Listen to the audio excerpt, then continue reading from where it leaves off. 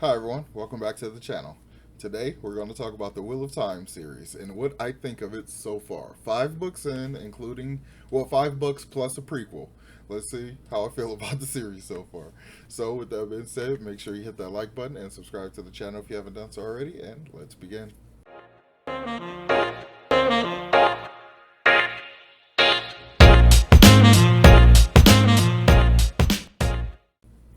So just a warning, this video is probably going to be totally rambling. I'm going to probably ramble quite a lot, but I'm going to try to get my thoughts out there as clearly as I can. And I have a little bit of a script. I, took some notes to try to keep myself organized, but it still might be a rambling mess. So you've been warned. So let's get started. So, after 5 books in the prequel, I think I have a pretty good grasp on the main plot of the overall story. And mostly that's because the plot itself, the big, full series plot, is actually fairly straightforward and kind of light. It's a pretty typical fantasy kind of story to a degree. The story is very archetypical. Like a chosen one character has to leave his village to go help fulfill a prophecy or to prevent a prophecy, basically in order to save the world, all while trying to prevent or trying to stop himself from being the cause of the destruction of the world. And probably to never come back home or to, just be changed by the journey and stuff forever. So, in very, very high level terms, it's just a very basic hero's journey story with a chosen one and a Dark Lord trope kind of added into there. So while the books also explore multiple different areas of the fantasy genre and explores many different concepts and themes, there are all the basic tropes. Like I said, there's the chosen one, the Dark Lord, the magical mentor, the hero's journey. There's just a bunch of tropes. There's so many in here, and they're actually used in some fairly interesting ways as well. So the first book is essentially kind of Tolkien-esque a lot. It's often described as that. It's very much the beginning of the hero's journey, and just like the characters just kind of walk a lot, and there's just that kind of thing. So there's a lot of similarities between that and the way Tolkien kind of did Lord of the Rings. But after that book is where Jordan kind of gets more unique in the way he applies the tropes and the way he does his characterization and the way he applies his characterizations. There's also a lot of interesting commentary here. I swear this book definitely is trying to say something about misogyny and sexism and stuff in the real world, but to me, some of it comes off as kind of clumsy. It feels a little bit as though like you're trying to make a statement, as if you're trying to say like the world would be better if the primary, like if it was more matriarchal, like properly matriarchal instead of the patriarchy that we have, and instead of like showing that that would be a better option and stuff would be like kind of more equal, more or less, it's like the same issues persist, they're just flipped. And some of it seems to be a little bit more, I don't know if it's just the characters and the way he characterizes some of his characters thoughts, but some of their inner thoughts like make it feel like the sexism in that world is worse than the sexism is here, because to my knowledge people don't always think of the opposite gender in such like downtrodden, derogatory kind of ways. There's not so much like explicit thought of like trying to like get this, like to heal this person, to like get this person to bring them to heal, like that kind of idea. And like just like you, when you know that you're wrong about a situation but you're still talking crap about the guy in your head or whatever, like it's weird. And like the dudes don't, it's just weird. It's weird from the context of trying to make commentary from the idea, if you're trying to express this idea that it should be more equal and more bare, like more fair and stuff like that, or like women being like the higher power in scenarios and stuff, and just in general like it's not a bad thing or anything. I kind of got the impression that's what he was trying to say, but what his characters are doing is not giving me that impression. Some of his characters are just as sexist as some people can be in real life. They're just flipping it, and it feels clumsy, and it feels like missed opportunity to say something a little more like I don't know, a little more profound. But I guess also it could just be an exposure kind of commentary. Like, this is how the world is, this is how it exists now, and this is just what it looks like if we flip it. So it's kind of like this exposure thing. Like, it becomes obvious, more obvious to men when they see it happening, like a women to men. So it's like something I can pick up on that I miss because I don't notice other dudes do this to women and stuff like that in real life. Maybe it could be something like that. I don't know. I feel like that's me trying really hard to give it benefit of the doubt, because I don't get any of this from the subtext or anything like that. So I just kind of have to fill it in, and that's the thing about it that kind of bugs me a little bit. So a lot of the series I've been kind of hit or miss, mostly because of the way some of the characters behave and some of just the just drawn out kind of some of the pacing issues. Like Jordan has he has like a back and forth kind of pacing thing he seems to do. One book will be fairly quickly paced, like a high action kind of thing, stuff's moving. Then another one to be focused more on characters and everything's slow and nothing really happens until the very end of the story. So like that kind of whiplash and pacing kind of, I don't care for that either. So after I'm finished with the entire series, I might make it might be like suicide on the internet, but I want to make a video about the Wheel of Time series, talking about the entire arc of how sexism and misogyny and like feminism and all that stuff is kind of expressed. Like I want to, when I finish the series, I imagine I have a better full context and a full understanding of what Jordan's intent was with that entire thing. Because only what, a third through, I can't possibly understand the full intent of it. At least I don't think so. But by the time I get done with the entire series, then hopefully I'll, be able to make a video about it and talk about it more concisely and come to, some conclusion on understanding the comment, the message he's trying to send about that part. If he even was explicitly trying to do that. And if Brandon picked up on that and followed it through in the last few books. Who knows? A lot of variables. Let's move on. The characters, yes. Okay, let's talk more about the characters. So, the characters, a lot of the strength of the Wheel of Time series is the characters. Robert Jordan does his characters really well. And when I say that, I don't just mean that he writes, like, characters the same way, like a bunch of them. Like, he writes very different characters with very different personalities, and then he also does it in such a way where their clashes of those personalities create some really interesting drama. It's kind of, it makes you keep going. It creates page turners, really. So, and one of the things that I think is really unique about it is the fact that he was not afraid to characterize, like give his characters personalities that some people wouldn't like in real life. Like Matt, for instance. Matt is kind of like a gambler, a little brazen, doesn't take stuff too seriously, and like kind of shirks responsibility and all that kind of stuff. Like in real life, a lot of people will probably be annoyed by some of those aspects of his personality, especially in a situation where like we got to get stuff done, and you don't want to, participate, and you don't want to be responsible, that kind of thing. Like so, there could be a lot of that in there. And even traits and characters like Perrin, who is my favorite character, like the way he basically just doesn't get subterfuge and doesn't get subtlety and stuff like that. It just kind of goes over his head. Like I know some people who basically thrive off of that kind of communication and that kind of almost verbal manipulation and verbal sparring with people just on an everyday basis. Someone like Perrin and someone like me annoys the crap out of them because we're like, look, just tell me what you're trying to say, be upfront, be explicit, and say it in plain English or common, I guess. Like you just don't make us work for it. Just explain it. So it's the same kind of thing.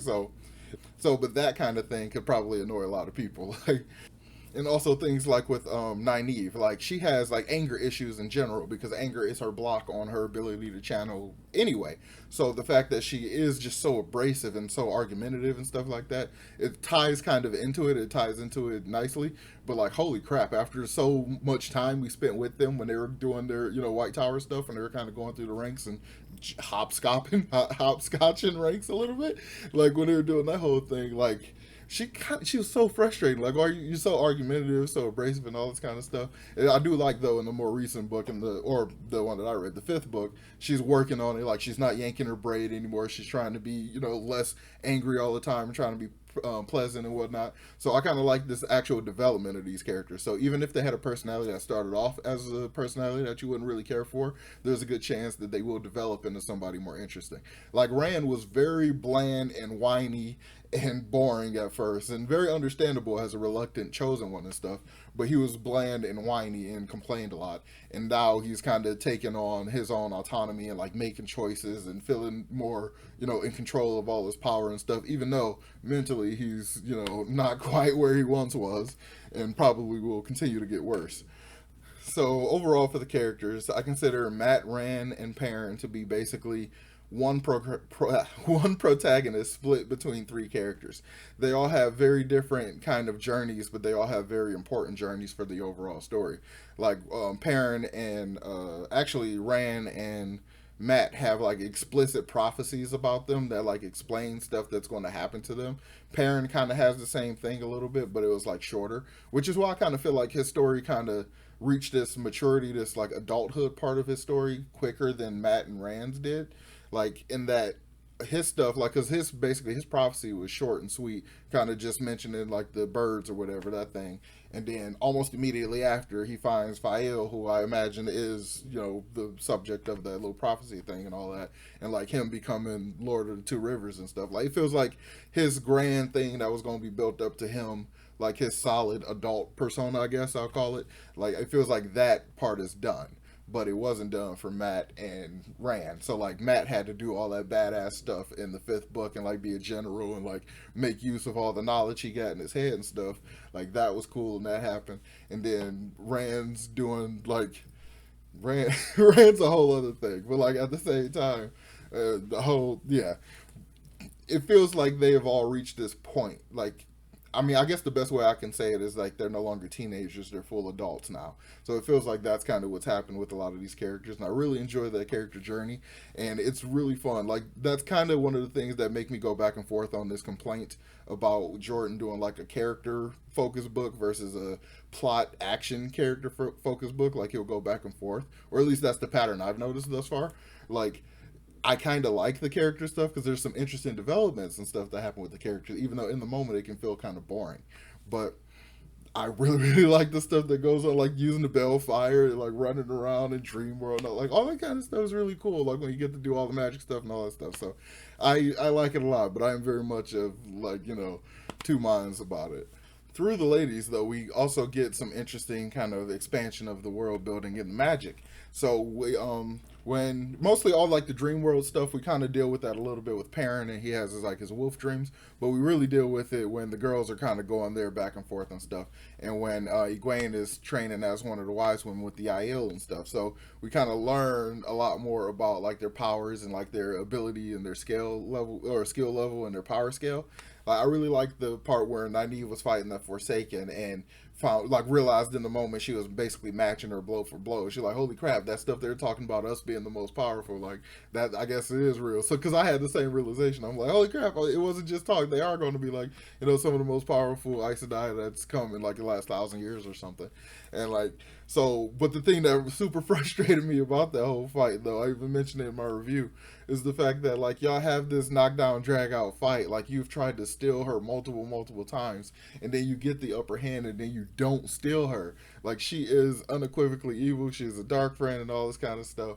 Like, steal her, get rid of the threat and all this, and nothing else will basically get to happen. But that didn't happen. She, you know, and then of course she immediately gets away because Nynaeve didn't steal her, and it's just like, it's like those. But it's like it's cool to have a character like hold so core to like their characteristics because she so wanted to get her back to the White Tower so she could face judgment and stuff and go about it the proper way. But I mean, that's core to her personality. But I was up there like, no, this is war. I'll let it go. You can watch the old video if you want to see me rant about that a little bit. So we've talked about the overall plot a bit, and we've talked about some of the characters that really stand out to me and some of the parts about them that stand out to me. But the thing that really speaks to me a lot about most books that I read, and particularly about Robert Jordan, is the world building. I love world building so much, and Robert Jordan has done some incredible world building in this series.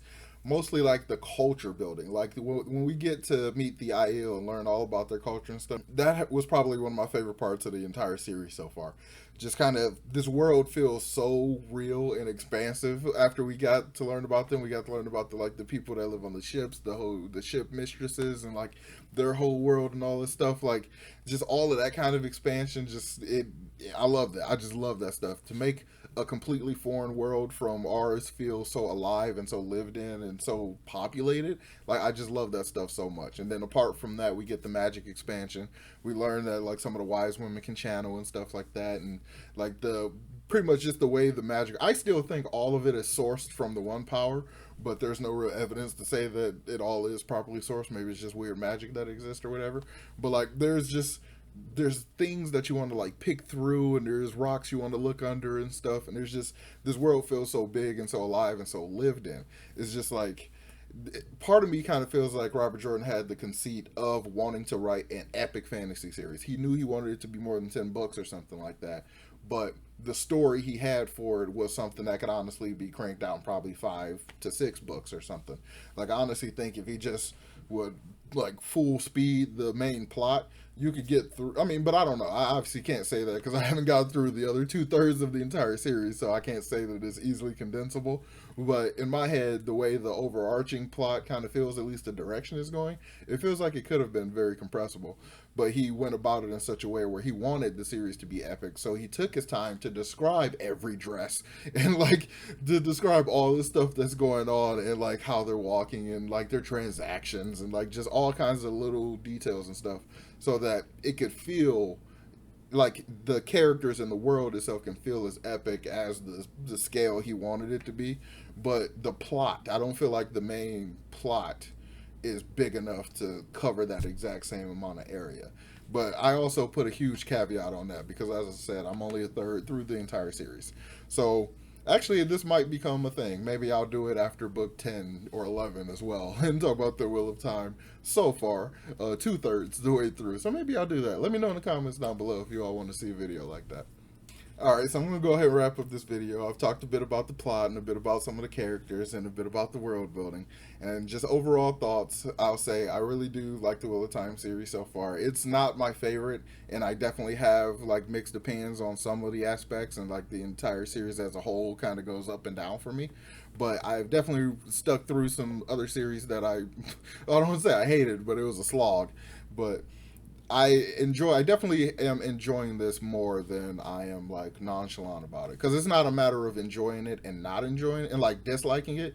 It's a like I really like this stuff, and then some of this other stuff like okay, it's like that's kind of where I am. It's not enjoy and don't enjoy. It's just enjoy and not as good as this other stuff. Like that's yeah, if that makes any sense. So yeah, all right, now I'm truly rambling. So let's go ahead and wrap this up.